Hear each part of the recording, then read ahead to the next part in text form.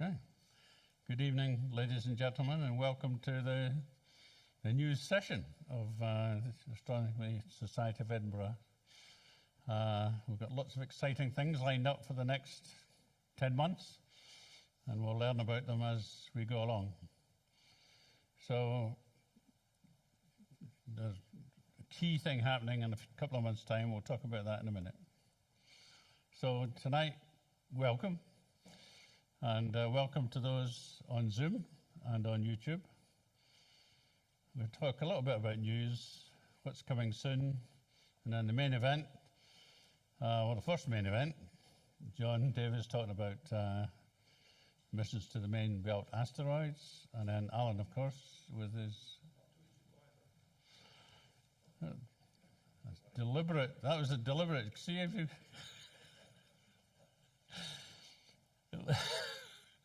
September, October. And then, if we're lucky, we'll get to some tea, coffee, and a chat.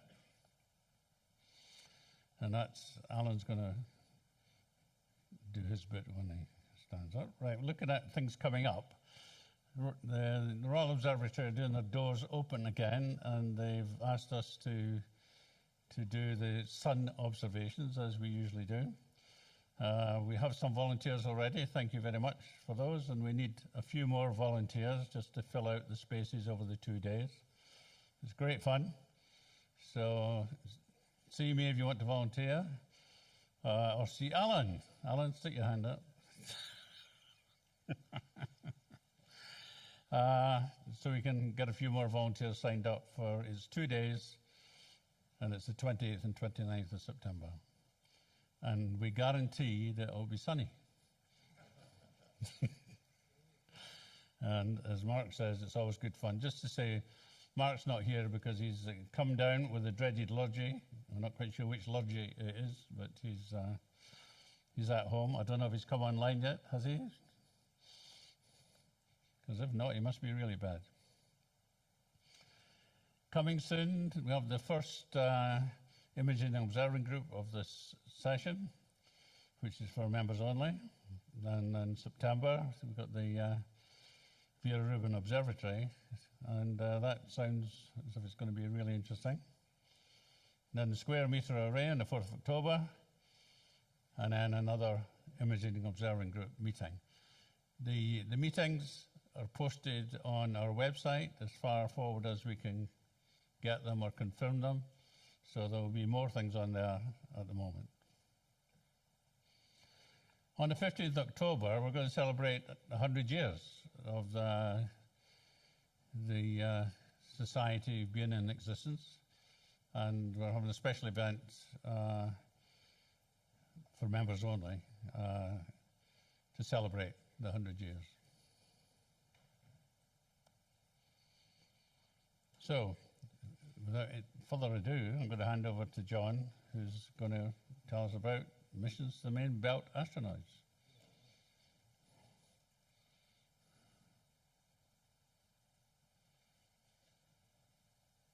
Thanks. So at the moment, John is frantically looking for his reading glasses.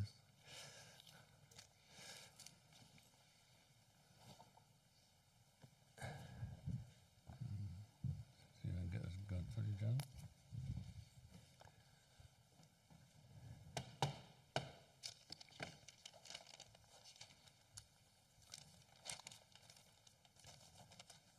We need to plug you in. Oh. Beg your pardon? It's come up with the wrong one. Never mind.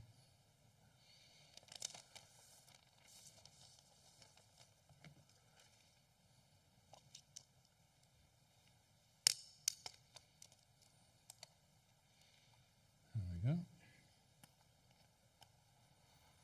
No, that's not it either. No, but it's not my slide. No, it's not. It's your advert. It's none of these. I'll get rid of all this. I shrunk There it. you There you go. There it is. There you go. Yeah, it was hiding in there somewhere. Okay, thanks very much. So, hello, my name is John Davies. I used to be an astronomer at the Royal Observatory in Edinburgh. I retired just about this time last year. And I for what it's worth, I used to do the open days, and you guys coming along for the solar observing was always a huge asset to us. So please come along if you can. I'll probably be there volunteering in the library doing historical stuff. And if you haven't seen some already, this is one of the ROE's meteorite sets. So there's an iron and a tektite and a stony meteorite in here, which you're more than happy to come and have a look at and fondle as long as you promise not to take them away, because I've only got them on loan. Right, so just a couple of other little bits of background, if you don't mind, from me. I'm currently acting as the chairman of the Tweedale Astronomy Group, and the Tweedale Group has a 24-inch Dobsonian and a 12-inch Meade telescope, which are currently in a shipping container, basically, in the Peebles area. And we have no clue whether we should heat this container overnight or not.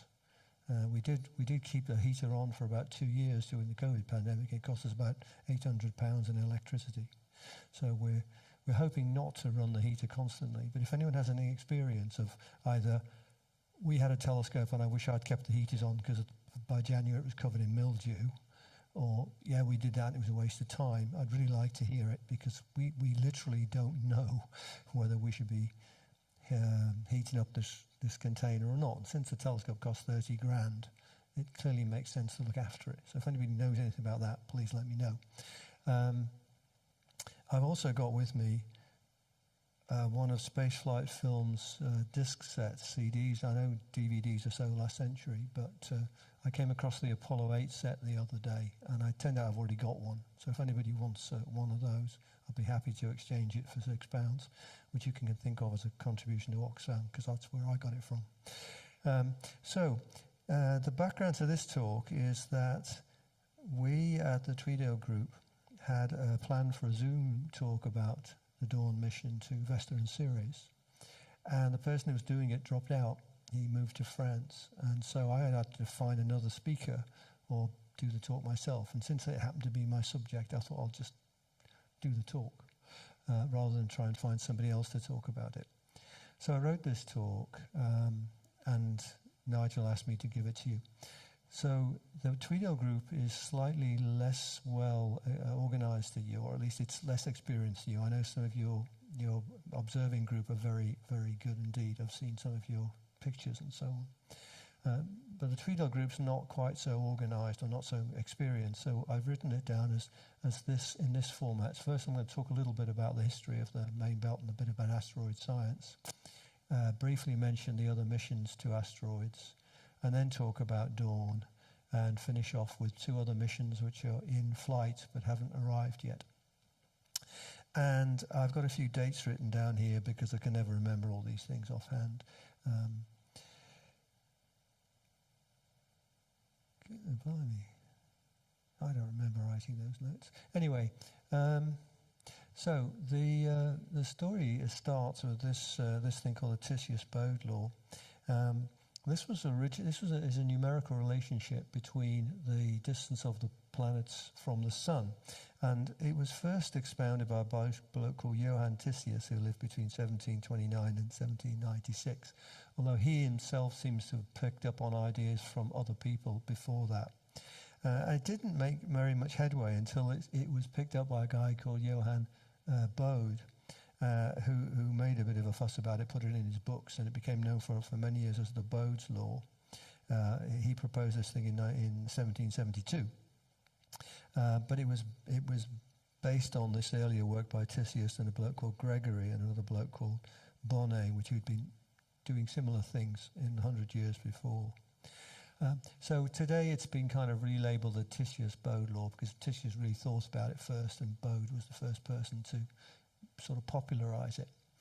And it's one of these it's basically a numerical relationship, and it's expressed mathematically up there. It doesn't matter too much. Basically, each of the planets seems to be twice as far away from the sun as the planet inside it, plus this little offset at the beginning. So you can write it in a formula like that, and then you just, where n becomes 0, 3, 6, 12, 24, each of these numbers, apart from the first one, is twice the number before it.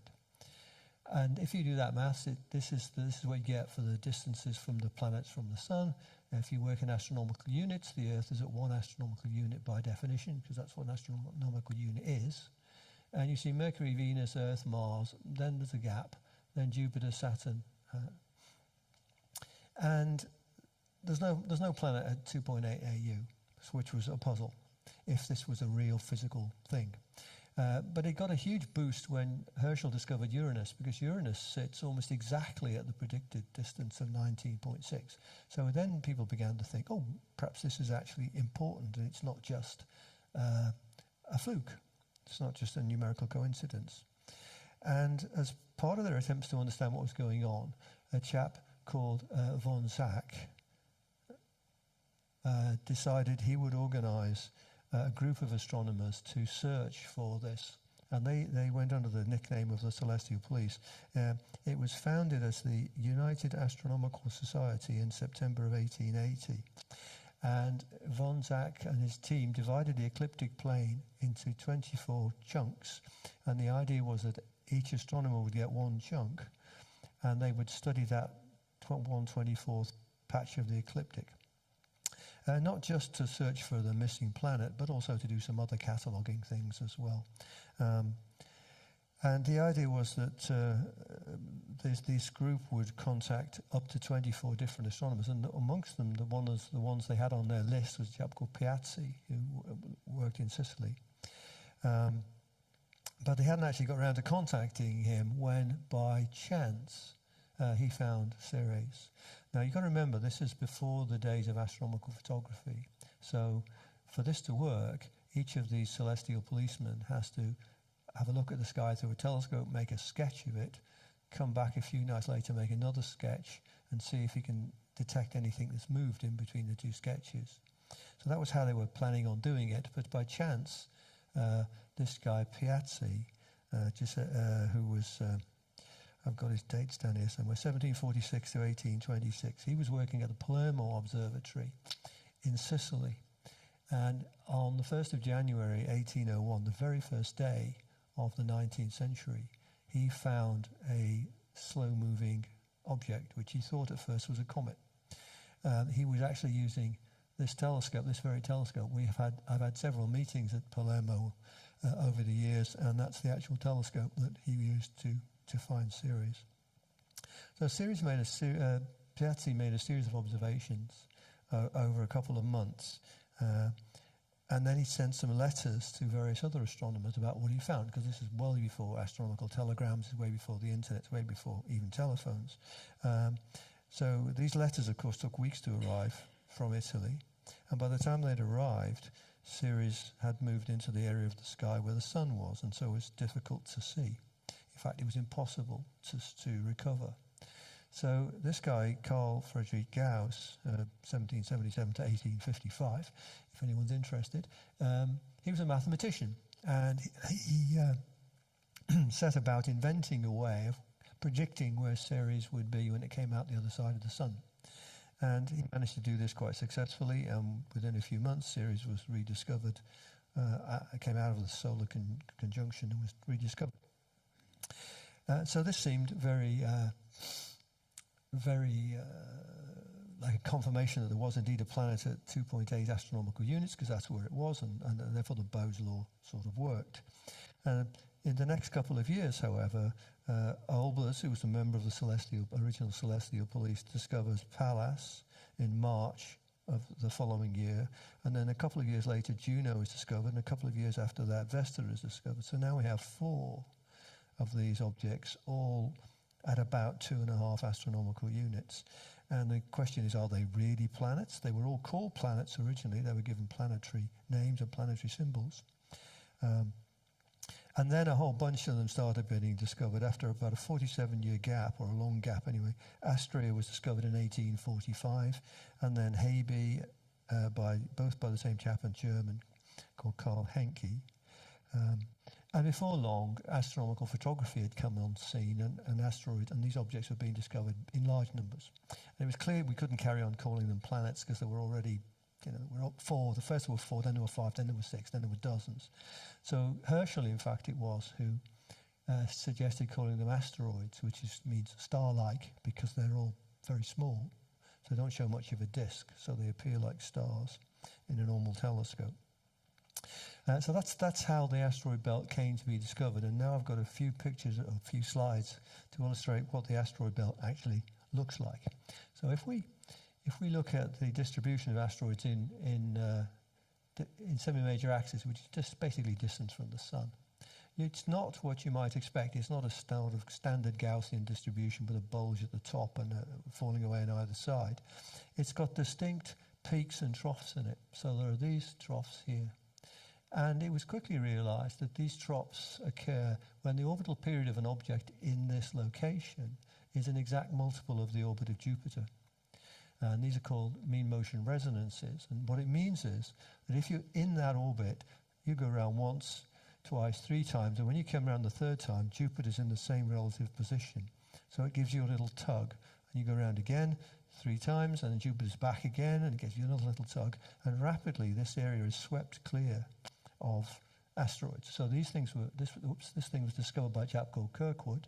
So these things are known as Kirkwood gaps. And any object which finds itself in one of these locations is in an orbital resonance with Jupiter and is quickly moved somewhere else, either ejected from the solar system or flung inwards towards the Earth. The next important thing is this concept of what's called an asteroid family. If we look in orbital space again, this inclination angle of the orbit compared to the ecliptic plane and distance from the sun, again, it's not random.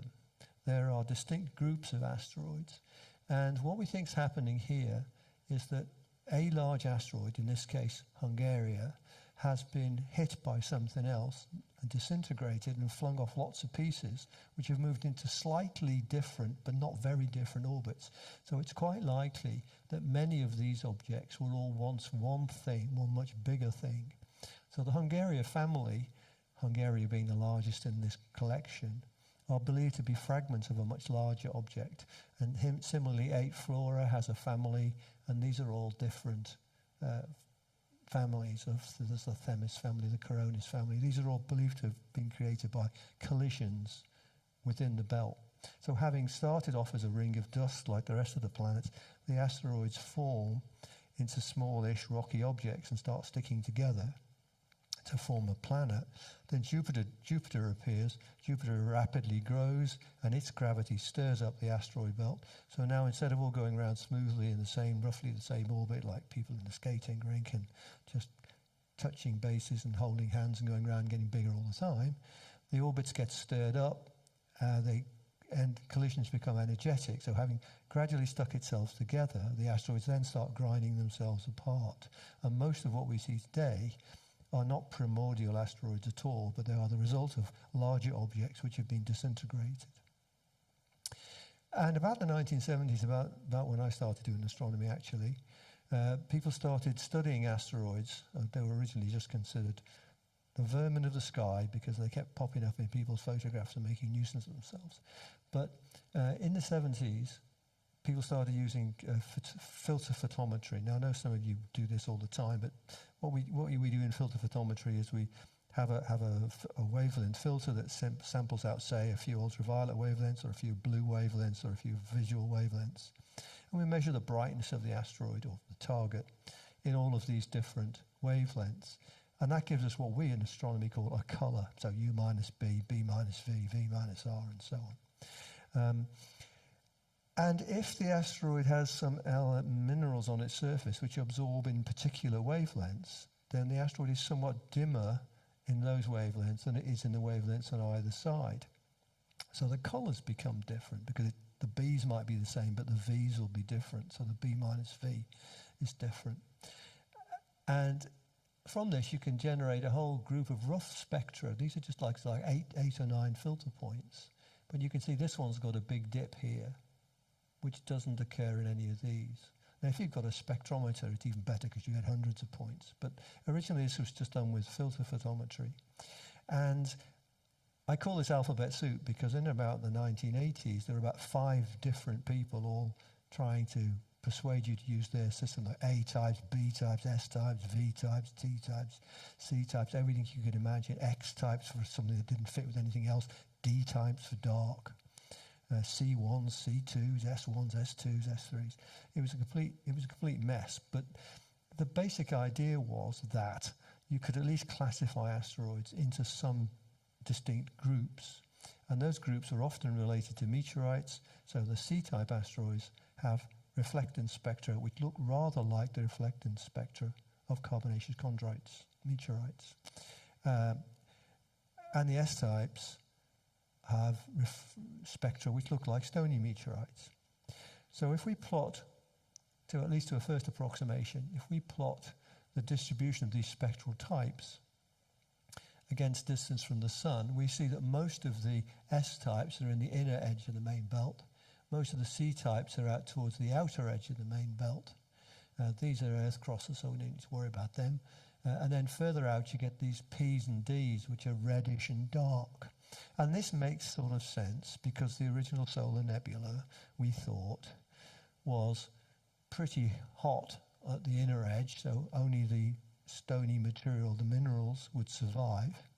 As you go further from the sun in the original solar nebula, you get more carbonaceous material, so you get more C-types. And then as you get further out still, it gets darker, it gets colder, and it preserves the organic materials, the gases, the carbon, the hydrocarbons, and so on. So these D-type asteroids are dominated by dark material and carbon material. So that's what we mean by these different asteroid classifications, because I'll mention them briefly as we go along. And it gives you some idea of how the solar system formed. Now, we know that's a rather simplistic view now because there are, in fact, C-types close to the sun and S-types further away from the sun because the orbits have all been stirred up when the planets formed. But it's a reasonable start. So, when the space age starts, or at least after the space age has been going for a while, NASA decided to start exploring the outer planets.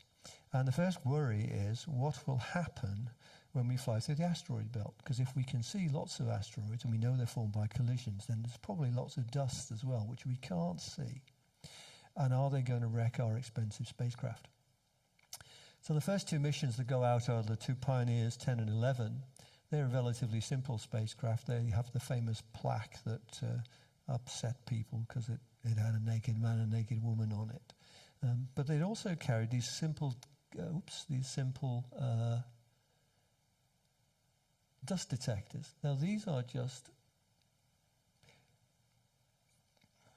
they're like lilos. They're like small lilos. They're little tubes filled with gas. And the idea is that if they fly through the asteroid belt and they get hit by dust, the tubes will be punctured, the gas will escape, and the rate at which the gas escapes will be proportional to the size of the hole, and the size of the hole will be proportional to the energy of the dust particle which impacted. And so you can get an idea of the dust impact distribution as you fly through the asteroid belt. And it turned out, fortunately for us, that very few of these cells were punctured. And so the risk to spacecraft flying through the asteroid belt from dust that we can't see, I mean, big asteroids we can see, we know where they are, we can avoid them, but the dust we can't see. So the Pioneers demonstrated that there was very little dust in the asteroid belt, and that enabled NASA to fly these much more complicated Voyager spacecraft to Jupiter, Saturn, and then Voyager 2 goes on to Uranus and Neptune, launching in about 77.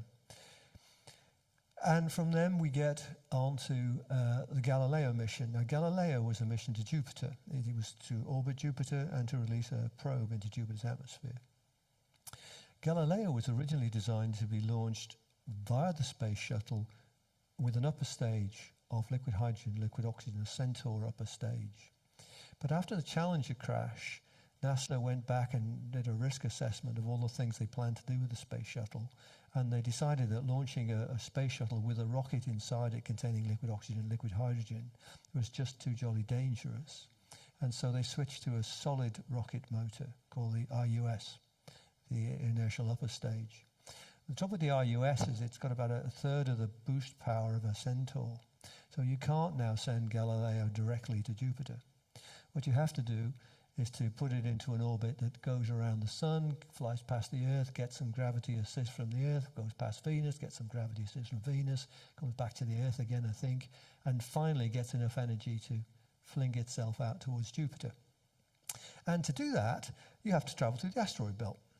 So then the asteroid scientists said, well, since you're flying through the belt anyway, and you have a spacecraft with cameras on it anyway, why don't you fly past some asteroids? And of course, this was a bit controversial because the Jupiter people said, we don't want to do anything that will compromise our spacecraft, and we don't want to get hit by a piece of debris, just so you silly people can look at some boring lump of rock and stop us getting to Jupiter. But in the end, they compromised, and they did in fact fly past two asteroids, 951 Gaspra, which is 19 by 12 by 11 kilometers. So it's about 10 or 11 kilometers in sort of diameter, because it's not round, it's peanut shaped. And on the next fly through the asteroid belt, they go past 243 Ida, which is 50 by 15 kilometers, so it's a bit bigger. And they find that Ida, which is an S-type, as is Gaspra, has its own satellite. It's called Dactyl, and it's only 1.5 kilometers in diameter. So this was a great success, because up until these pictures were taken, asteroids were just that. They were basically points. And now we have pictures, and we can see craters. We can count the craters. We can get spectroscopy from spacecraft flying past and get a better idea of the chemistry. So it soon became de rigueur for missions flying through the asteroid belt to fly past an asteroid on the way. So here are some others.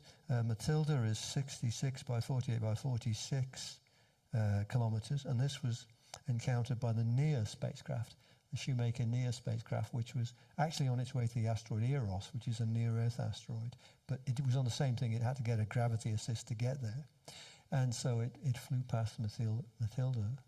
And Lutetia, 21, Lutetia was imaged by the Rosetta mission in July 2010 on its way to Comet Churyumov-Gerasimenko.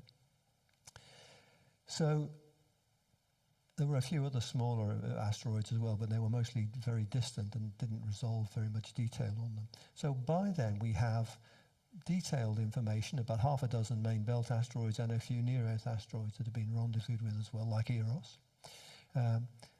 But they're all flybys. They're all fast flybys because the spacecraft really going somewhere else. It just happens to be passing an asteroid on the way.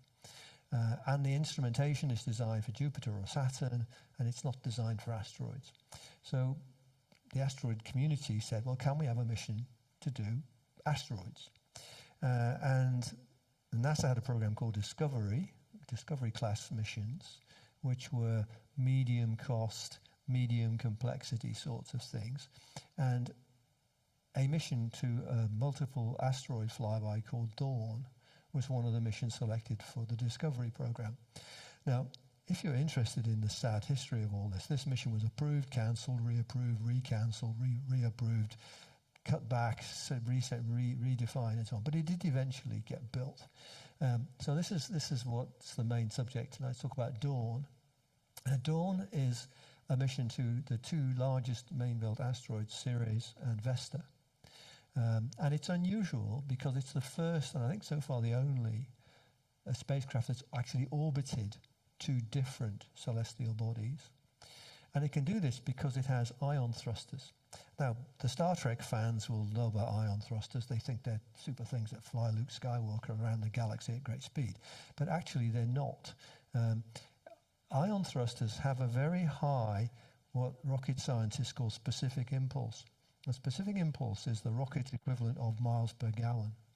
The higher the specific impulse, the more energy you get for every pound of propellant, or every kilogram of propellant.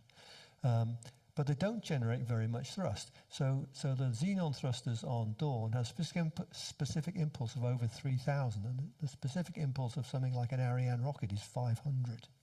So they're 6 times more powerful, or 6 times more efficient than an Ariane rocket, but they only produce tiny amounts of thrust.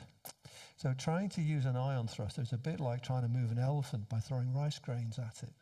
If you throw enough rice grains at it for long enough, yeah, it'll start to move. but it's not going to move very far or very, very quickly. If you're going to use these things, what you have to do is launch the rocket with a conventional, launch the satellite on a conventional rocket, and then you can turn on the ion thrusters once you get into space.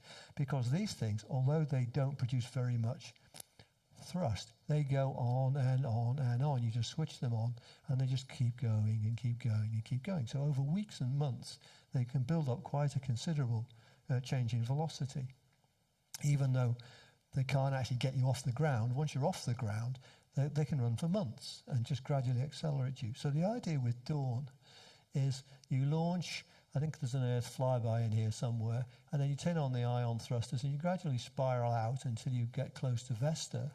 And then you turn the thing around, you use the thrusters as a brake now to slow yourself down till you fall into orbit around Vesta. Then you explore Vesta for as long as you want, and then you turn on the ion thrusters again, and gradually you spiral away from Vesta and out across the solar system until you arrive at Ceres. When you get close to Ceres, you turn the thrusters around again, slow yourself down to get captured. This is much more efficient than using chemical fuel, because if you did that, you'd need to carry the fuel for the last rocket burn all the way through all the other orbital maneuvers. So this is the way that these ion thrusters make this Dawn mission feasible. So let's talk about these two objects. Number one, Ceres, the first asteroid to be discovered. It's about 1,000 kilometers, just under 1,000 kilometers in size, and it alone amounts for a third of the mass of the asteroid belt. Its orbital numbers are there if you care. It's water rich. It seems to have hydrated minerals have been detected in the infrared, and what appears to be emissions of water vapor were discovered by the Herschel satellite. Now, this is Herschel. It's a large sub-millimeter space mission that operated in about the mid-2000s. And it actually saw essentially clouds of water being emitted by Ceres. So Ceres is a C-type, which means it's primitive. It's probably got some organics. It's got some water ice or something like that in it. And what we think is it has a rocky core surrounded by an icy layer, which is about 1/3 ice by volume. Vesta, on the other hand, it's half the size, about 500 kilometers in diameter. It's only about 1/10 of the mass of the asteroid belt. It's slightly closer to the sun, but it's much drier. There's no evidence of water being evolved from Vesta, and its spectral characteristics are almost unique amongst the large asteroids, and so the class of the V-types was invented, and the V-type asteroids are just asteroids that look like Vesta. There's one big one, Vesta, and a bunch of little ones. But funnily enough, there aren't any medium-sized ones. We'll see why that is in a minute. But it's thought to be the parent body of the small V-type asteroids and the HED meteorites. These are Howardites, Eucharites, and Diogenite meteorites, which fall on the Earth quite often. And so we think that Vesta was differentiated. Now, what I mean by that, it's not maths, it's geology, is that the object forms, it traps some radioactive material in the middle, it gets hot enough that all the iron sinks to the middle, and a crust floats on the top. So like the Earth, it's got an iron core and a mantle and then a crust on the outside. And that's why the HED meteorites are all different, because some of them are bits of mantle, some of them are bits of crust. So there we see we've got an expectation that it's a metallic core with a rocky outside. So here's the typical operation of the Dawn spacecraft. It's a relatively simple spacecraft, just a box. It's only got 3 instruments, a visible and infrared spectrometer working from the ultraviolet to the near to the mid-infrared. It's got an optical camera with a few filters, and it's got a gamma-ray neutron detector called GRAND, which characterizes the mineralogy of the surface, because when cosmic rays hit the surface, they emit neutrons, and the energy with which the neutrons come off is indicative of the atomic constitution of the surface. So if you can get close enough and measure these neutrons as they escape from the surface, you can work backwards, knowing the cosmic ray flux, you can work backwards to figure out what the surface is made of. But it works better when you're close. And they're all fixed to the body, so there's no scan platform, not like the Voyagers, which had this kind of gun turret thing that moved as the spacecraft went past. If you want to move, if you want to look at something different, you just point the spacecraft slightly differently. And when you get there, you arrive into some high-flying orbit, and you do a couple of orbits, and you map the whole surface at low resolution to find out what it looks like. Then you turn on those ion thrusters for a few days, and down you go into the high-altitude mapping orbit, where you can get higher resolution. There's no telescopic lenses on this thing. If you want to get close-up pictures, you just go closer. And after you've done a few of those, then you drop down into this low-altitude mapping orbit, and where you can get even better quality pictures, and also where this grand neutron detector works best. And then you go off to a series and you do the same thing.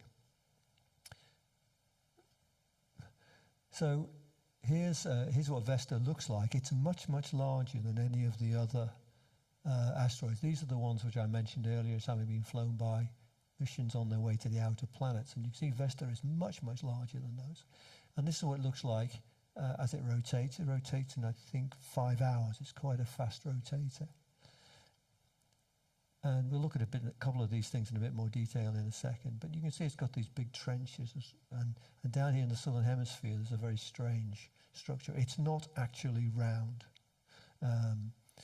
It's an oblate spheroid. So it's not technically a planet because it's not big enough to have collapsed under hydrostatic equilibrium. So because Dawn was in orbit around Vesta for the best part of a year, you can make proper geological maps. You can guess the ages of the different regions. And if you really care, if you go to Wikipedia, you can find this diagram and it'll tell you what all the different colors mean. I have got a script, but I'm not going to bother with it just now.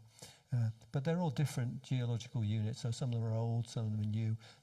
This blue stuff down here is the remnants of two very large very large impact craters, which I'll show you in a second.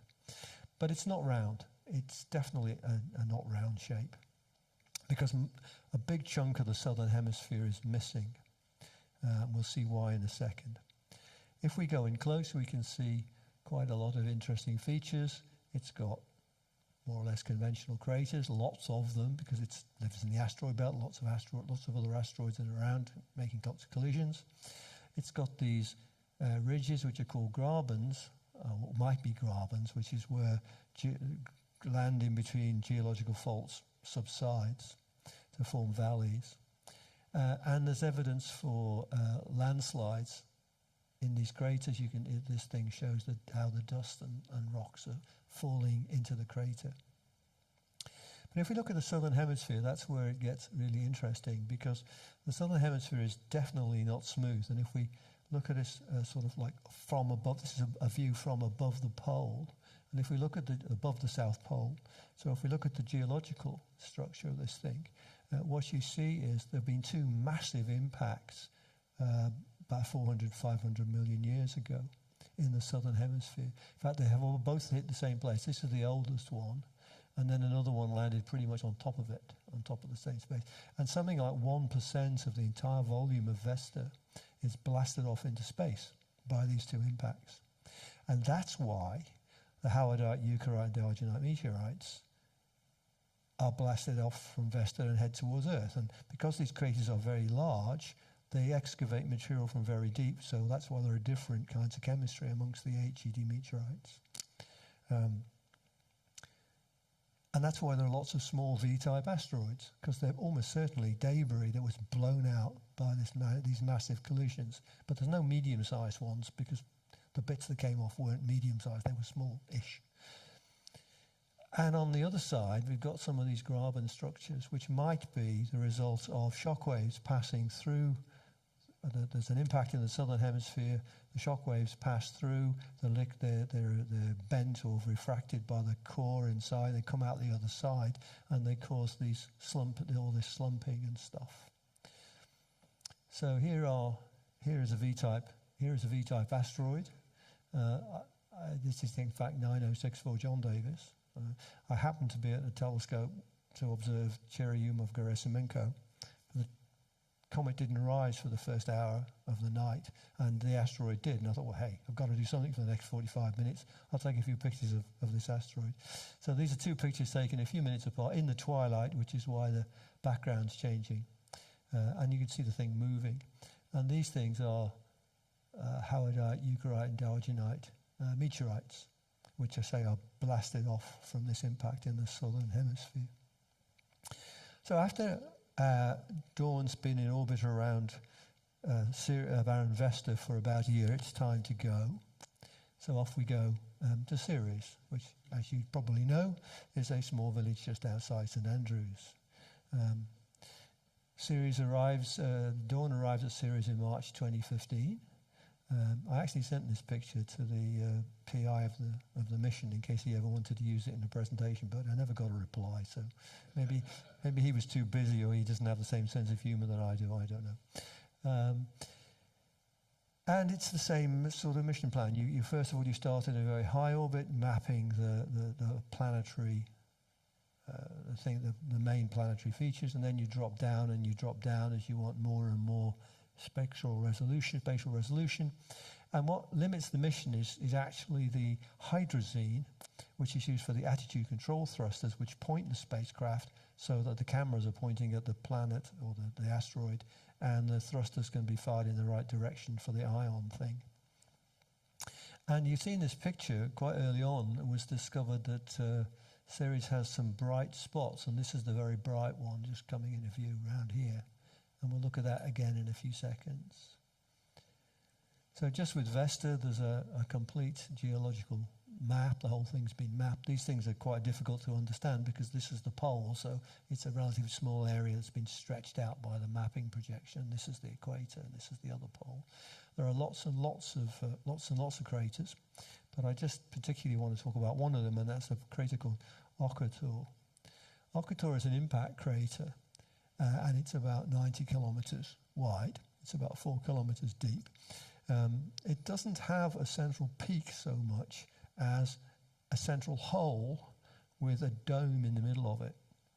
And this dome is very bright. I mean, you can see it. It just leaps out at you, and there are one or two other areas of brightness around it.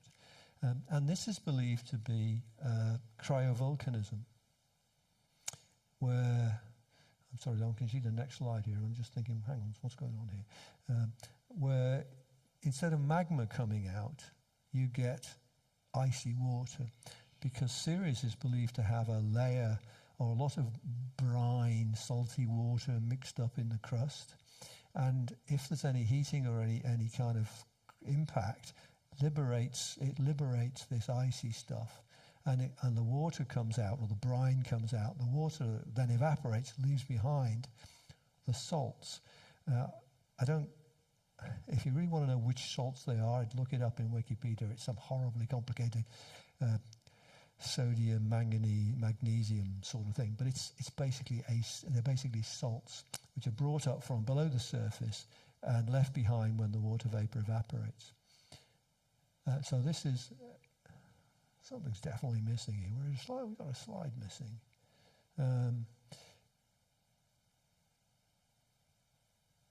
So this is there should be another slide in here, which was from a Nature paper. And what you can see in this Nature paper is that in the local noon, the crater is filled with fog. And at local dusk, a few hours later, it's cooled down enough that all of the water vapor in this fog has frozen out again. So this is an ongoing process. It's not something that happened a long time ago. You can still see it. In the morning, you see the fog build up as the sun shines on the floor of the crater, and the water vapor the ice evaporates or sublimes, I suppose. And then when the sun goes down and the area gets cold again, it all refreezes. So there are a few of these so-called cryovolcanoes on Ceres. This is the largest.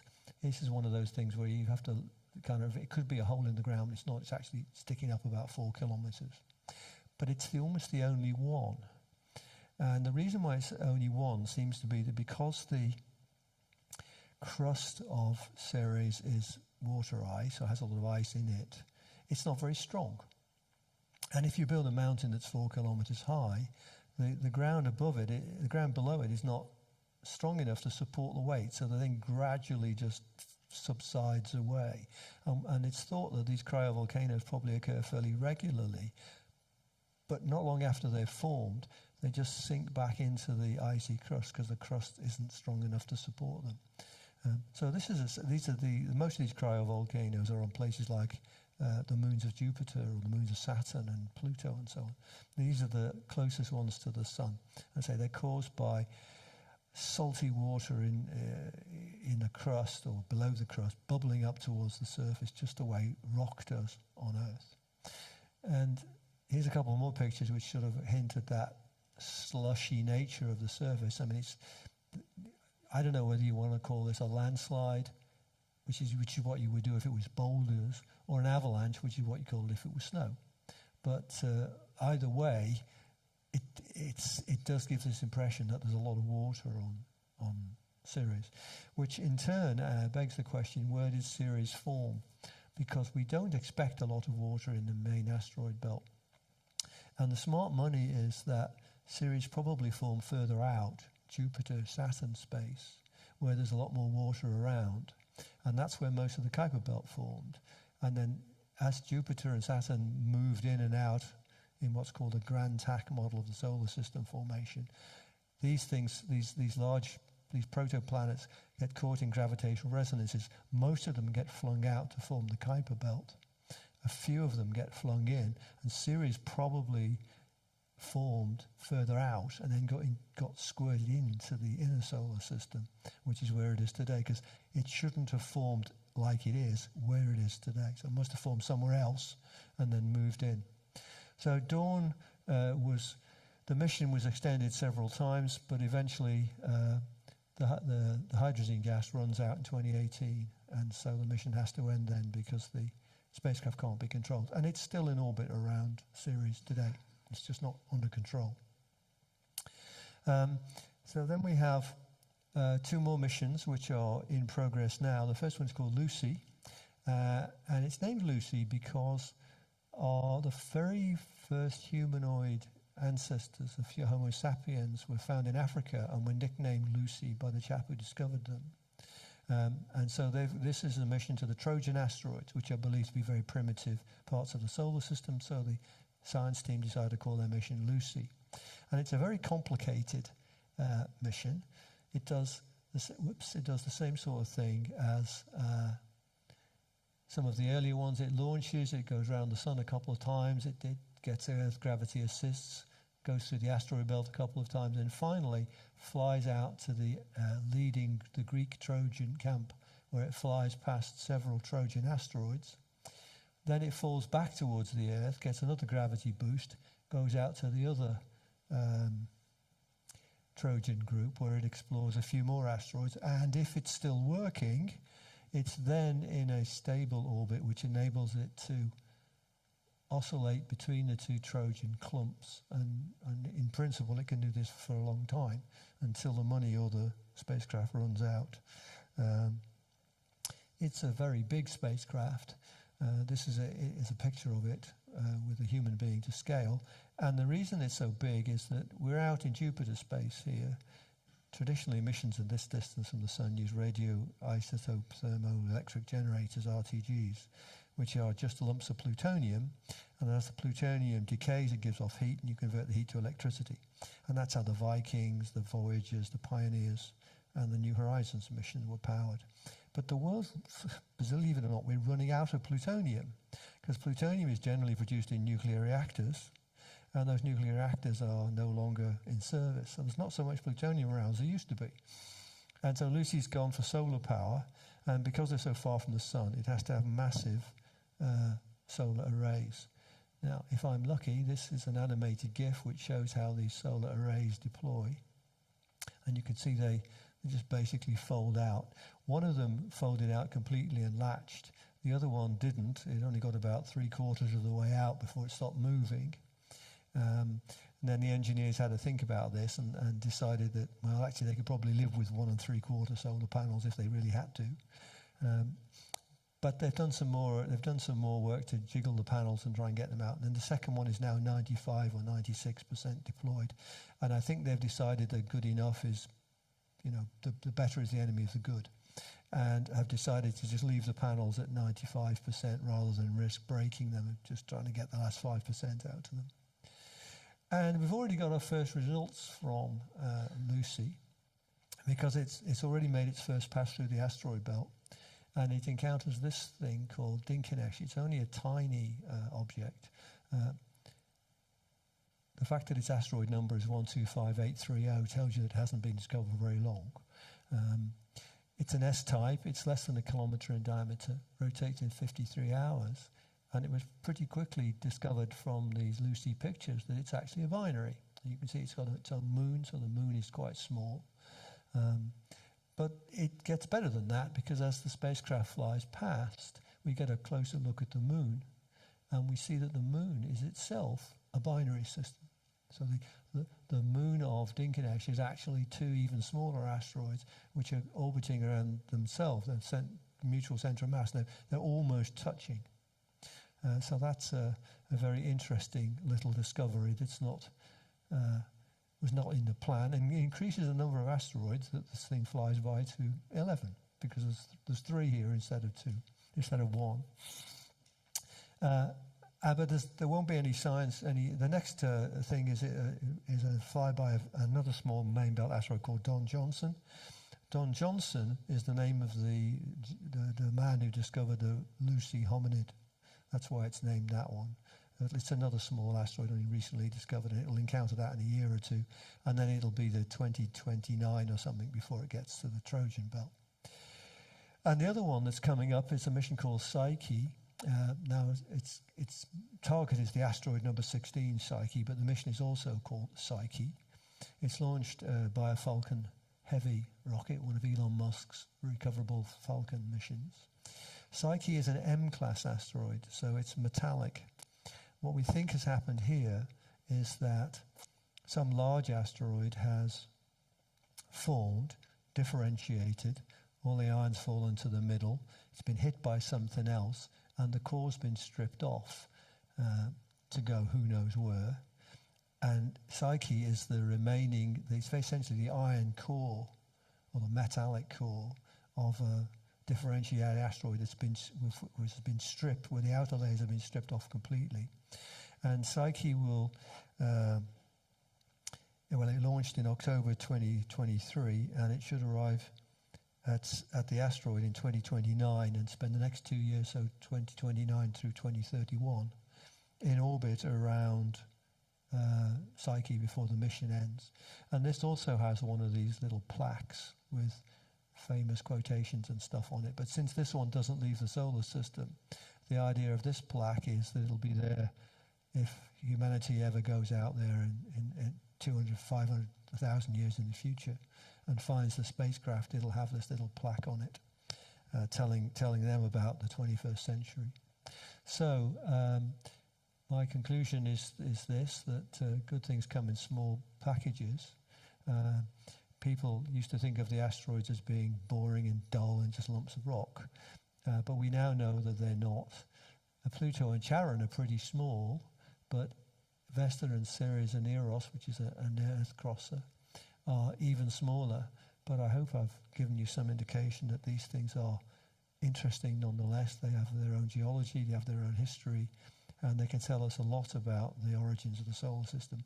Vesta and 1 or 2 others are probably the only truly primitive differentiated asteroids. All the rest, which formed, have subsequently been smashed up to form the debris which we call the asteroid belt today. So there we go. That's me done. I didn't want to go on too long because I know you usually have Alan talking, and I know you also get thrown out of this all at 9:30.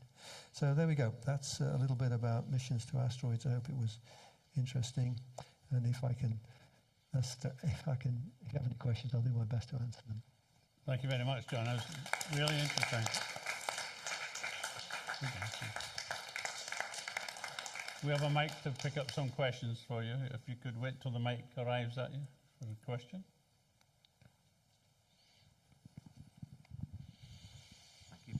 Thanks very much, John. That was very, very interesting. Couple of questions. One is perhaps a stupid question, but I don't know the answer, so I'll ask it anyway. You often see the asteroid belt shown as a flat disk. Is it in fact a flat disk, or is it a sphere? It's more like a donut. It is basically flat. It's not completely flat. The asteroid inclination is sort of like up to about 20 degrees. I mean, there are small number of outliers and all sorts of things, but it's more like a donut than a sphere. So it's slightly fatter than just flat, but it's not. They are all in a belt like this. Right. So only a few ones. You could have a trajectory that goes over it or under it rather than through it if you chose to. Yes, you could, but if you were trying to get to Jupiter or Saturn, you'd have to go up over the top and then back down again. So that's very expensive on fuel. So the best plan is to go straight through. I remember as a slightly older than a teenager, but as an undergraduate, I suppose. The first of these missions, like Pioneers, going through the asteroid belt and wondering if they were even going to come out alive the other side. And of course they did, so that's great. Yeah. And my other question was, there's a great deal of talk about mining asteroids in the future for mineral resources and so on. Is that a possibility, do you think? Yeah, well yes, it is. If you want to do that, the targets you want are the near-Earth asteroids. So there's a whole other talk I can do about sample return missions like OSIRIS-REx, Hayabusa, and so on to the near-Earth asteroids. So they're the ones that, because they already come very close to the Earth anyway, so they're relatively easy to reach. There's a couple of problems with asteroid mining. The first one is, if I told you that an asteroid was made of gold and I could land it, you'd think, "Oh, fantastic, we'll all be rich." But then there'd be so much gold around that it wouldn't be worth anything. So you've got to be a little bit of lateral thinking here, because if you landed 1 million tons of platinum somewhere, platinum wouldn't be worth anything. You could make paper clips out of it. So there's that. But certainly bringing these things perhaps into Earth orbit and extracting material from them and then building space stations with them is feasible, because that saves you lifting all that stuff off the Earth's surface and into orbit. There aren't any. I mean, I've seen one or two pie in the sky type plans to do this, but no one's actually got very far in doing it. Thank you. I've got one. Sorry, I've got me on mic. I've got one. John, I was just wondering if you add up the mass of all these asteroids, does it add up to the missing bit that was predicted? It turns out that the total mass of the asteroid belt is about 1% of the mass of the Earth. So the asteroids are not the remains of an exploded planet. Right. They are builders' rubble that got left over when a planet didn't get built. Because they were trying to form a planet when Jupiter forms. Jupiter stirs up the orbits, causes the collisions to become destructive rather than constructive. And they grind themselves back down into dust, and then the dust blows away from the solar wind. So the idea that the asteroids were an exploded planet, which is what people like Olbers thought originally, is wrong. They're not an exploded planet. They're just something that tried to form a planet and never succeeded. All right. Thank you. Do any of the other planets have Trojans like Jupiter? There are a few Trojans. Several, even Ceres can capture other main belt asteroids as Trojans, but they're generally not stable over periods of more than a few millions of years. So there's a few Earth Trojans as well. But the Jupiter Trojans are the main ones, because Jupiter is so big, of course. So although the other planets like Earth and Mars can capture these things, they tend to be small, and they tend to be stripped away by the gravitational attraction of the other nearby planets. The Jupiter Trojans survive because Jupiter is very big, and there isn't anything that close to it. Thank you.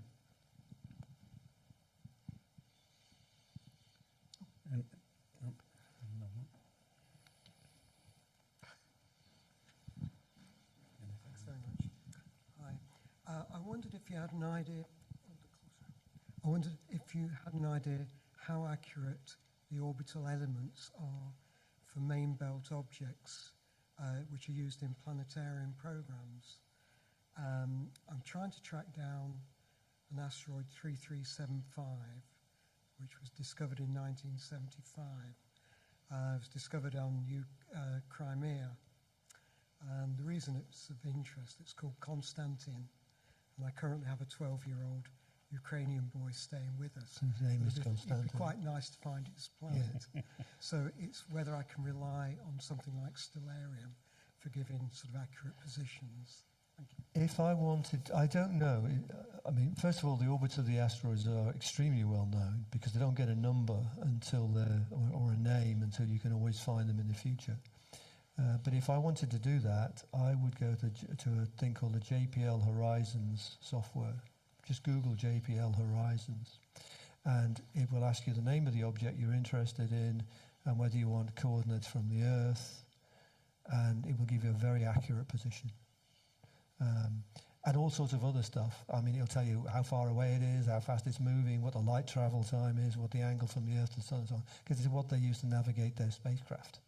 So it's fantastically accurate. So JPL Horizons, there's a graphical user interface, very easy. You just select the name, select minor planet, type in the name, tick a few boxes that say geocentric, because I guess you want the center, you know, as if your observatory centric, or at some particular latitude if you want. But that only really matters if the asteroids are pretty close. Otherwise, main belt asteroids are all pretty much the same distance. JPL Horizons, it's very easy to use. I used to use it all the time. Nothing on Zoom. Oh, good. Thank you. Well, thanks very much, John. That was excellent. And could we give John our applause?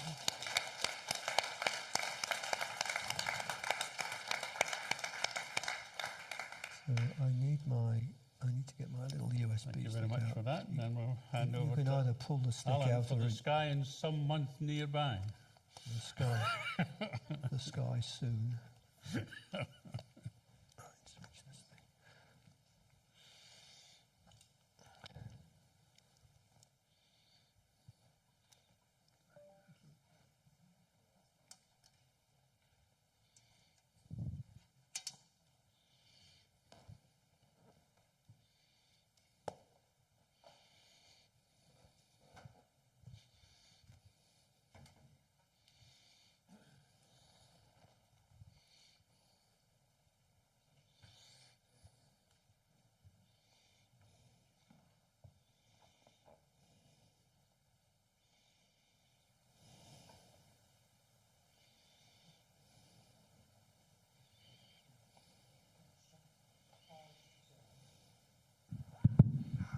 Right.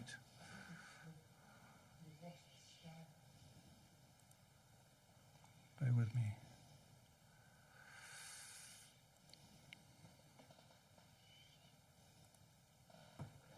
Are we there? Can I start? Okay, right. The sky in September. And one major event this month is that Saturn is coming to opposition when it stands directly opposite the sun in the sky. So it rises at sunset and it is highest in the south in the middle of the night. This is the last opposition for a while when we see the north face of Saturn's rings. This image is taken by the English amateur astrophotographer Damien Peach. It was taken in August. He observed from Selsey in West Sussex, close to where Sir Patrick Moore, one of our Lorimer medalists, used to live. But let's leave Saturn for the moment and consider the sun. Here is the data for sunrise, sunset, and twilight times for Edinburgh for September. These are BST times. Gone are the night-long twilight we had over the summer.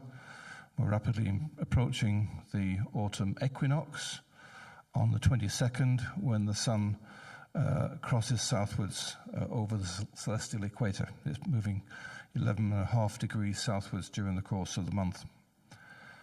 This month's most interesting eclipse for us is a partial eclipse of the moon on September the 18th. I'll come to that shortly. But I'll have to mention another eclipse that's coming up, and that's an annular solar eclipse at the beginning of October, October 2nd. It falls out with the month of September, true, but it falls before our next meeting on October the 4th. And it's called an annular solar eclipse because the moon is too far away to cover the sun completely. And instead, if you're on the central line of the eclipse, you see the sun surrounded. You see the moon, the dark disk of the moon, surrounded by the brilliant ring of sunlight. Annular means ring, and this is a track of the annular eclipse. You'll notice that the eclipse, the central dot that's traveling southeastwards across the Pacific, doesn't fall on any significant land. You've got to go to the Pacific to see this annular eclipse. But if you went there, then you wouldn't see corona or prominences. You'd see a spectacular eclipse, but not none of the things we associate with total solar eclipses. Someone on the line of annularity, we call it, someone on that line sees the ring last for about 6 or 7 minutes, and even at mid-eclipse, about 14% of the sun remains visible, so it doesn't get completely dark. It's not visible in Europe, so we won't see it here, and it's not visible in North America, except for it just scrapes Baja California, which is actually in Mexico. Continuing on the theme of the sun, as some of you have noticed, there have been no shortage of sunspots of late. It's very possible, in fact, that we're now around the peak of the current 11-year cycle of solar activity. We only know that for sure when longer-term averages are taken.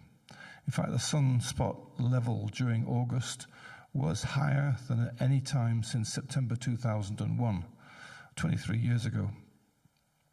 And it's more than twice as high, it's been more than twice as high as people were predicting before this current solar cycle got going. This was the view on August the 10th, and that was officially the spottiest day in August. Lots of sunspot groups visible. Of course, if you are into sunspot viewing or looking at the sun, you've got to take extreme care.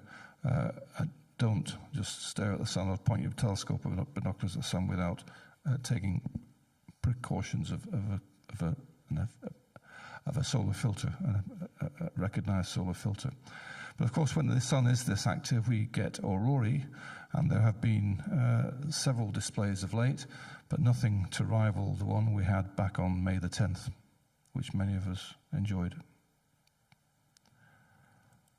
Now for the moon, here we are with the lunar phases for September. I've already mentioned the annular solar eclipse let me bring my laser up, on October the 2nd. But the full moon on September the 18th is sometimes called the full corn moon or the barley moon, and more usually we call it the harvest moon, since it's the full moon closest to the equinox. It's also around then that it's moving northwards in the sky at its highest rate for the year, from one day to the next. It rises nearly at sunset for several days in a row, and it's said to provide light into the night so that farmers can get their crops in. For those interested in such things, this is also a supermoon, since it occurs when the moon is close to its perigee, though in truth we'd be hard-pressed to notice any difference from its usual full moon appearance. This year, though, the moon grazes the southern edge of the Earth's shadow in space, and it results in a partial lunar eclipse, which is entirely visible from Edinburgh if we have a clear morning on that date.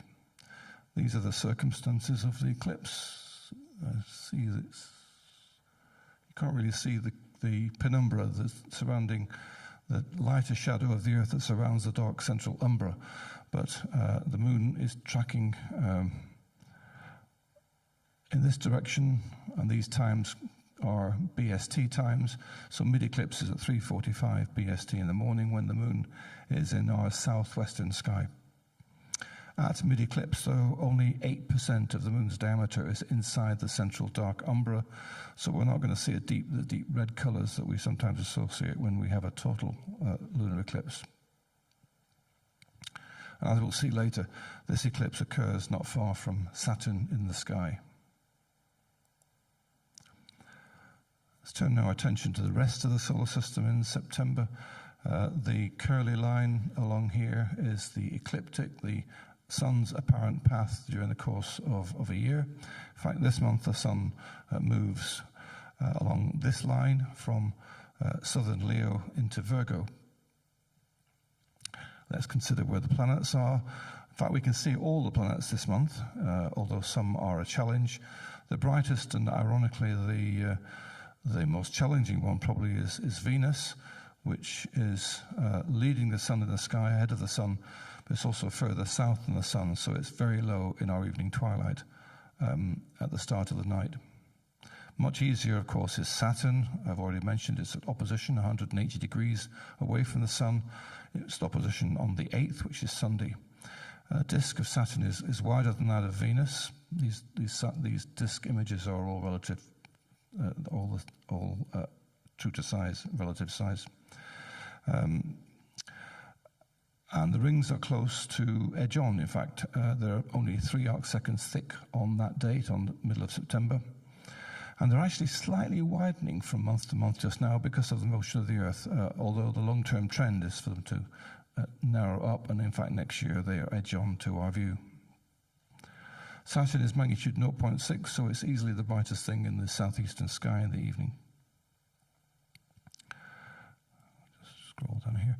Right, brighter still than Saturn is Jupiter, which is now rising in the late evening and is unmistakable in the east after midnight. If you look out after midnight, you can't miss it. More than twice as wide as Saturn in appearance, and I say quite bright. Mars is also not far away, tracking away from Jupiter in the sky at the moment, speeding, in fact, from Taurus into Gemini this month.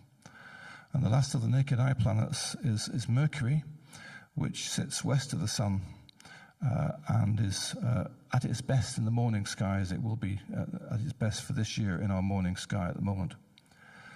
Since it's also north of the sun, it's well placed. And I say it's best morning apparition this year. There are 2 other planets to complete the group. You've got Uranus, quite close to the Pleiades and not far away from Jupiter, in Taurus, later in the night. And then not far from Saturn in the sky is the planet Neptune, the most distant planet. Let's break with tradition and start with a look at the morning sky just now to catch Mercury. This is the view looking east, 40 minutes before sunrise tomorrow morning. We probably need binoculars to see anything in the brightening twilight. At this time, Mercury is about 9 degrees high, shines at magnitude minus 0.5, so it's the brightest object in the area. Regulus, the brightest star in Leo, is 3 degrees below and left of Mercury, but nearly 2 magnitudes fainter and definitely hard to see if the twilight's there. However, Mercury rises 110 minutes before the sun, so you've got 70 minutes or so from its rising to this time in the morning, so plenty of time to catch it before the twilight gets too bad. There's the details for the planet.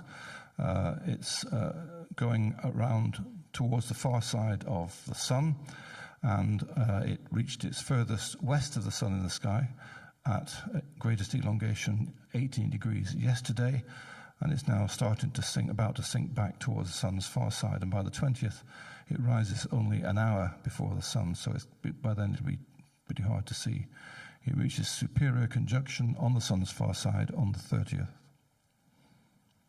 I'll switch our focus to the start of the night to catch Venus low down in the west. This is the sky at sunset, and there's the sun setting to the north of west, and there's Venus, less than 5 degrees high and to the south of west.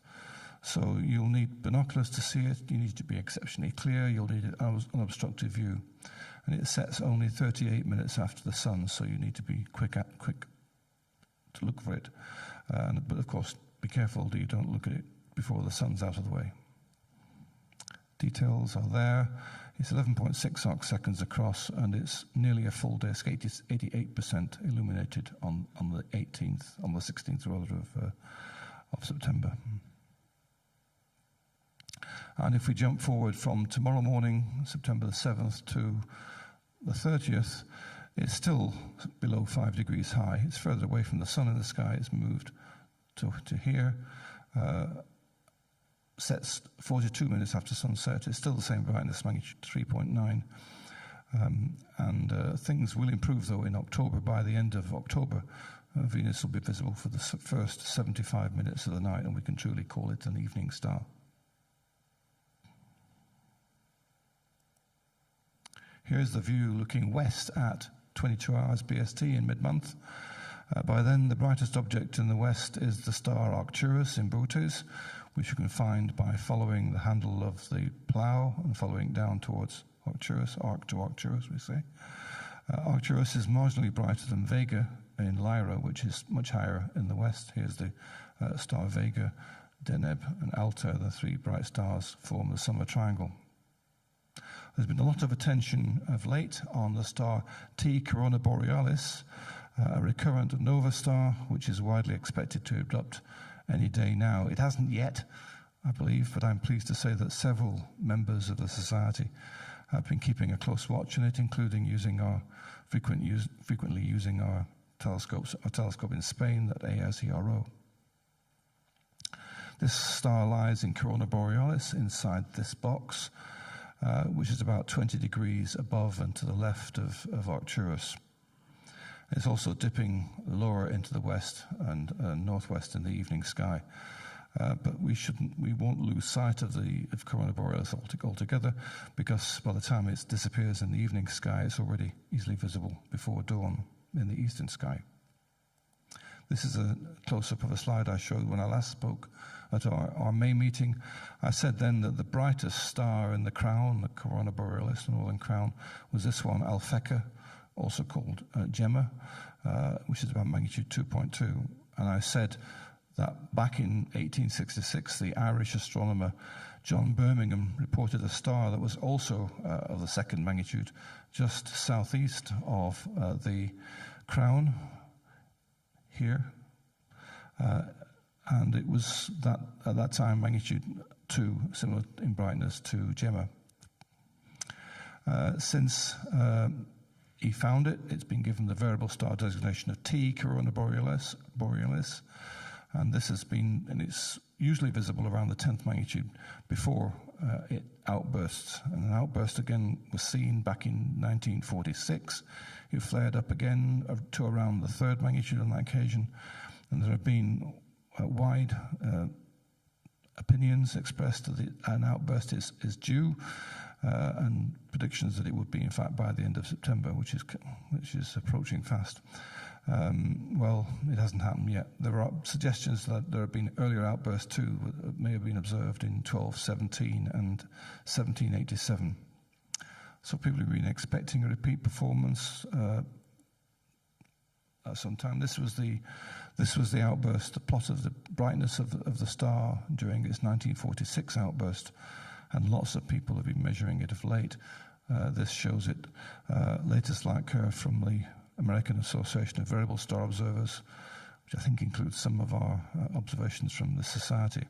This is the plot over the last 2 years, shows it pulsating erratically in brightness between magnitude 9.5 and 10.5, which is more than a factor of 2. And you can see the huge increase in the number of observations over the last few months as people paying more attention to this star.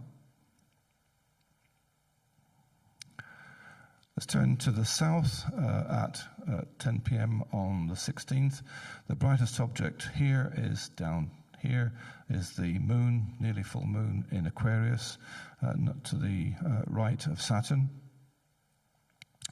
Saturn reaches opposition on the 8th, on Sunday, when it stands directly opposite the Sun and at its closest 1,295 million kilometres away. And it reaches its highest in the south in the middle of the night, which is around 0100 BST, which is 27 degrees altitude for Edinburgh. It's not the only planet in that area. There's another one, and I'll concentrate on this region now around Saturn, and we'll pick out the planet Neptune. Here it is. There's a circlet of Pisces, one of the stellar loops of stars that represent one of the fishes of Pisces. Neptune is here. It reaches opposition on the 21st at a distance of 4,322 million kilometres. Like Saturn, it's edging westwards in the sky as it's an effect of it being overtaken by the faster moving Earth. There are arrows for both planets showing their motions during the course of September. Neptune, of course, is much smaller motion. Neptune is magnitude 7.8, so you can see it in binoculars. You probably need a better chart than this one to find it. You can find a chart easily on the web. And if you look at it through a telescope, it shows a tiny bluish-green disk, only 2.3 arc seconds across at opposition. Saturn is much larger, and the disk itself is 19 arc seconds wide, and the rings span 43 arc seconds. And as I said earlier, they're 3 arc seconds thick because they're tilted 4 degrees to the Earth at the moment. Though the trend, as I say, is for them to become edge-on next year. As you see here, Saturn stands to the left of the Moon on the night of the 16th to 17th, but the next night, the night of the 17th, 18th, the Moon shifted over here, and that's when we have our lunar eclipse. On the morning of the 18th, in fact, you'll find Saturn appearing below and right of the Moon because the sky is rotated over into the southwest. This was an image of Saturn obtained by Damien Peach on August 25th. It shows the rings nearly edge-on and the subtle cloud bands running parallel to the planet's equator. Much less obvious than those on Jupiter. If we look at Saturn through a telescope, we might also see several of its brighter moons. The brightest of them is Titan, which is here in this image. There's Titan standing above and to the right of Saturn. Titan's about magnitude 8.3. It's bright enough to see in binoculars, but you'd be hard-pressed to see it given the glare and its proximity of the glare of Saturn and its proximity to the disk. Titan swings up to 3 arc minutes east and west of the disk in a 16-day orbit. And back to looking south at 2200, we may be in autumn. At least meteorologists will tell us autumn started on the 1st of September. Astronomical autumn begins at the equinox. But the summer triangle is still high in the south to southwest at this time of evening. I usually feel the need to mention some of the delights of this area, and today is no exception. Let's look in this area in close-up. The triangle is formed by the stars Vega in Lyra, here we are, Deneb in Cygnus, the tail of Cygnus, and Altair in Aquila. Vega is the brightest of the three, exactly in magnitude 0.0. It's used in fixing the magnitude scale. It's one of the nearest stars to the Sun at only 25 light years, and it's a white star. It's hotter and bigger than the Sun, more than twice as massive and twice as wide, and 40 times more luminous than the Sun. It's the 5th brightest star in the night sky. It's only just slightly dimmer than the cooler red giant star Arcturus in Bootes, which is now, as we saw, much lower in the west. Altair is magnitude 0.76, so that's exactly half as bright as Vega. It's closer to the Sun and much less luminous. It's 16.7 light years away and 10 times the power of the Sun. A notable fact is that it spins rapidly in under 8 hours, so that its equator is moving at 286 kilometers per second, and if it was much faster, it said it would break up. As it is, it's strongly flattened at the poles. It's a bit like an oblate spheroid. Well, it makes an oblate spheroid, which is a bit like a football if you sat on it. And Deneb, the third star in the summer triangle, up here in the tail of Cygnus the Swan, is the fainter of the three at magnitude 1.25, a third as bright as Vega. But it's one of the lighthouses of our Milky Way, being around 200,000 times more luminous than our Sun, and very much further away. Current estimates puts it at more than 2,500 light years away.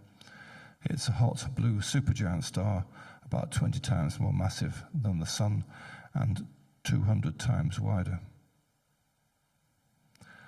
Albireo is a famous double star in the Swan's beak, and that was imaged by Mark Phillips. This is his picture of Albireo, or Beta Cygni. We also have the Veil Nebula, a large loop of heated and ionized gas that's the remnants of a supernova, if you like. It's a summer equivalent of the Crab Nebula in Taurus, though it's about 10 times older, it's thought, than the Crab Nebula in Taurus. A third of the way between Altair and Vega is the Kotanga, or Obrochis cluster, in Vulpecula. 1.3 degrees wide, and it happens to look like an upside-down Kotanga. You see there's the hook for the Kotanga hanging down, and there's the bar you might hang your jacket from. In fact, it's no longer thought to be a cluster, a real cluster at all. It's a chance alignment of magnitude 5 to 7 stars.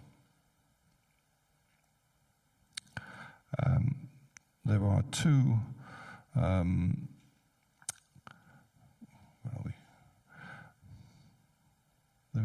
two planetary nebulae, clouds of material thrown off a star towards the end of its life. There's the famous Dumbbell Nebula, which is a favorite imaging target for our members. This image by Mike Christie. It's a magnitude 5.7 smudge. You can see it quite easily through binoculars. And a more difficult one is in Lyra, is M57, the Ring Nebula. Difficult because it's fainter and smaller, only 1.5 arc minutes across. This is the view looking east. It shows the W of Cassiopeia above Perseus, and of course it was from this area in Perseus that meteors from the Perseid shower were diverging last month.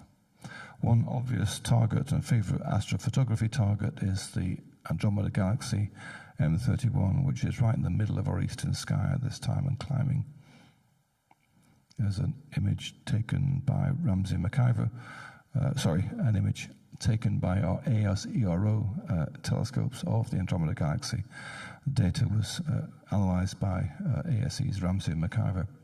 When we look at it by eye or in binoculars, only the central glow is really obvious. The rest needs really a telescope to bring it out. It's 2.5 million light years away, and it's the nearest large galaxy to our Milky Way. Famously, the two galaxies, M31 and the Milky Way, are closing together and are due to collide in 4 or 5 billion years' time.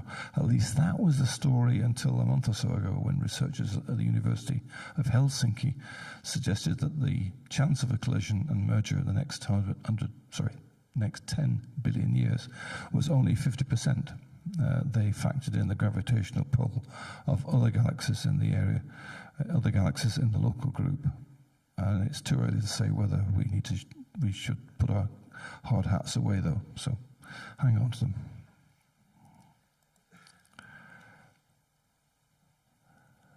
This is back to our view looking east, and low in the east-northeast we have the Pleiades here in Taurus, which is always the harbinger of the spectacular constellations that surround Orion, which we'll see later in the night. Soon the Pleiades will be put to shame by the planet Jupiter, which is just rising on the northeastern horizon down here at this time. Tick forwards another 5 hours to 3 o'clock in the morning BST, and this is the view. Orion stands well clear of the horizon in the east-southeast. You've got Taurus well up, Jupiter quite high in the east, below and to the right of the constellation of Orion, the star Capella. Here's Gemini, and there's the planet Mars. Let's zoom in on this area of sky, and there it is. I've asked Stellarium to plot the motions of Jupiter and Mars during September. They have yet to reach their stationary points, so unlike Neptune and Saturn, which were moving to the west, in other words to the right, both Jupiter and Mars are still moving to the east, and Mars is moving much more rapidly than is Jupiter. They've yet to reach their so-called stationary points, after which they start that retrograde motion westwards. There's a third planet in the region, and it's here, up here, not far from the Pleiades, the planet Uranus. It's 5 degrees southwest of the Pleiades and visible through binoculars at magnitude 5.7. Through a scope, it appears 3.7 arcseconds across, and it was stationary on the 1st of September, so it's now just beginning its retrograde motion. Here are details for Jupiter in the middle of the month, 40 arcseconds wide, easily visible through the surface, easily visible through any telescope. And you'll see the cloud bands running parallel to its equator. We can also see the 4 main moons strung out from side to side. Though sometimes one or more is in transit across the disk, so we can't really see it unless it's on, or it's hidden in behind Jupiter or in Jupiter's shadow. Mars is much smaller in relative apparent size. Mars is faint at 2. It brightens, though, between magnitude 0.7 and 0.5 this month, so it's overtaking Saturn in brightness. One notable event is that as Mars speeds eastward along this track, it passes 0.9 of a degree southwards of the star cluster M35 in the feet of Gemini, and that should make a good photo opportunity for anyone able to catch it on that day. This is an image of Mars taken by Damien Peach on August the 25th. You can see the dark Syrtis Major region, and you can see what's called the North Polar Hood, which is a cloud above the icy polar cap of Mars. The polar cap is gradually turning towards us over the next few weeks, becoming more visible, so it should be a feature to look out for on Mars as Mars gets slightly bigger in our telescopes. And here's Jupiter on the 21st by Damien. I want to say a bit about current exploration of Jupiter via spacecraft. One that's already there, of course, is NASA's Juno mission, which has been studying the planets in detail since it arrived in orbit there back in 2016. But there are 2 other missions of interest. Next month, NASA is planning to launch its Europa Clipper craft, shown here, with a plan to mainly study the moon Europa of Jupiter, which we think has extensive subsurface oceans.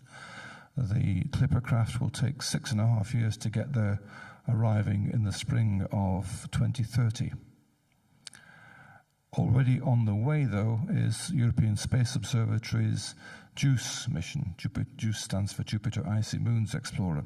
You'll notice both these craft have very large solar arrays. They're not carrying nuclear generators. They've got large solar arrays to make the most of whatever sunlight reaches Jupiter. JUICE is already en route. It has a circuitous journey involving various planetary flybys to gain energy and direction, as we saw earlier with the Gemini probe. There is a flyby of Venus due next August, and there are 3 flybys of the Earth planned as it build up energy to reach Jupiter. The first of those flybys was on the 20th of August, just a few weeks ago, and it's due to arrive in orbit around Jupiter in 2031. It'll be there about 15 months after the Europa Clipper gets there. And it's going to be navigated into an orbit around Ganymede at the end of 2034. So it spends some months, some years, in fact, orbiting Jupiter, and then eventually it goes into orbit around Ganymede, studies that moon, and then spirals down for an impact on Ganymede more than a year later. Now, during that flyby of JUICE on August the 20th, as it approached that flyby of Earth on August the 20th, various observatories tracked it, including our ASERO, and this is an image. Let's play. You can see JUICE in the middle of this box as it moves between. It goes backwards and forwards. That little dot in the middle is. Let's see, can I play it again? Oops, back. That little dot in the middle is JUICE, photographed by our Merrill telescope in Spain. This is an animation of 75 minutes of exposures obtained, thanks to Pat Devine for putting this together. At the time, JUICE was about 1.65 million kilometers from us, so it was about 4 times the distance of the moon. And there it is. Can I get it to play again? Not very well. Anyway, we photographed JUICE. Finally, almost finally, I've very little more to add, except we haven't really looked in the north sky at this 22 hours BST time, mid-month. The plough is in the northwest, and it's swinging below the pole, as it does every autumn. And climbing towards the zenith are the constellations Cephus and Cassiopeia, the Milky Way constellations. Both of them have lots of interesting star clusters and nebulae, and lots of people are photographing them. I'm not, as many of you know, there are plenty of these targets. I don't have time to cover them on this presentation, though. So, at the very end, I'll leave you with an image of a partial lunar eclipse from last October 28th last year. On that occasion, the moon crept slightly further into the umbra, the central umbral shadow of the Earth, than it will this time. The umbra covered about 12% of the moon's diameter on that occasion versus 8% this month. And it also on that occasion skirted the northern edge of the shadow of the Earth and not the southern edge as it will this time. This shot was obtained from Munich in Germany. And that is all I have for you this month.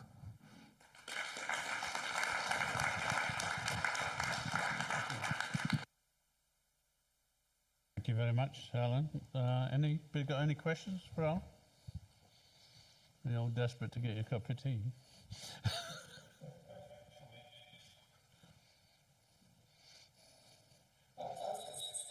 I've got one thing, sorry, a bit of feedback. Let me try and use. No, just I think it's because I got my computer and the phone. That's it. It's just Delphinius. Delphinus.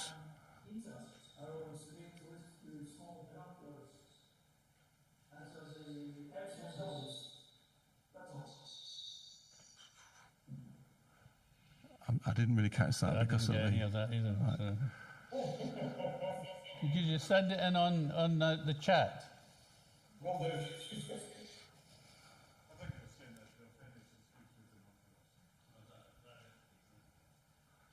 Delphinus, the constellation just to the east of the Summer Triangle. Thanks, Hugh. Yep. Any other questions, comments? Any other questions? No? Okay, thank you very much. Thanks.